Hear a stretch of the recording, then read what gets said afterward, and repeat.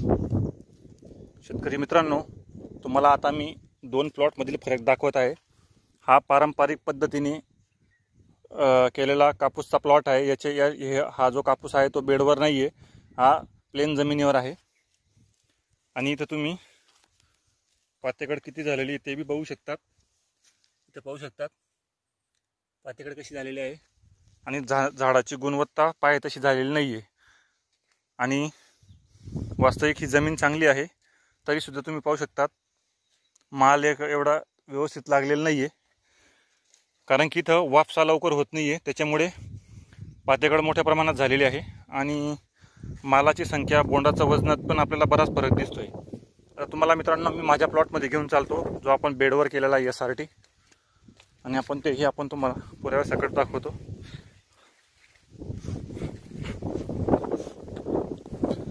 तुम्ही पाहू शकता हा आपला बेडवरील प्लॉट बघा मित्रांनो। दोघी प्लॉट तुम्हाला आता सुरुवातीचे प्लॉट तुम्ही बघितला, आता हा आपला बेडवरचा प्लॉट तुम्ही बघू शकता। कापसाची क्वालिटी बघा, बोंडाची साईज बघा, आणि बोंड किती मोठ्या प्रमाणात आहेत, आणि पातेकड फार कमी आहे, आणि ही हलकी जमीन आहे। वास्तविक चुनखडी मोठ्या प्रमाणात। या ठिकाणी अन्नद्रव्याचं प्रमाण, सूक्ष्म अन्नद्रव्याचं प्रमाण आणि इतर अन्न घटकांचं प्रमाण फार कमी राहतं।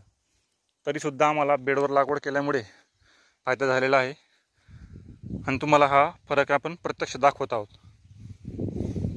की माल किती मोठ्या प्रमाणात आहे आणि झाडाची गुणवत्ताही चांगली आहे। तर पाहू शकता,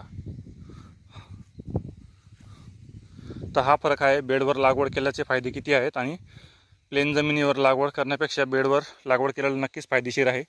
आता बेड आपला लगेच वापसा स्थितीमध्ये आहे, आणि आता याच्या आधी जे शेत दाखवलं त्याच्यामध्ये अतिशय ओलसरपणा खूप आहे।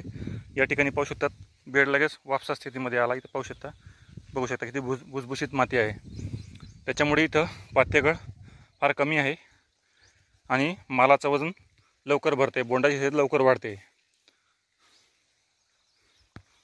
तर पाहू शकतात किती चांगल्या पद्धतीने कापूस सजलेला आहे।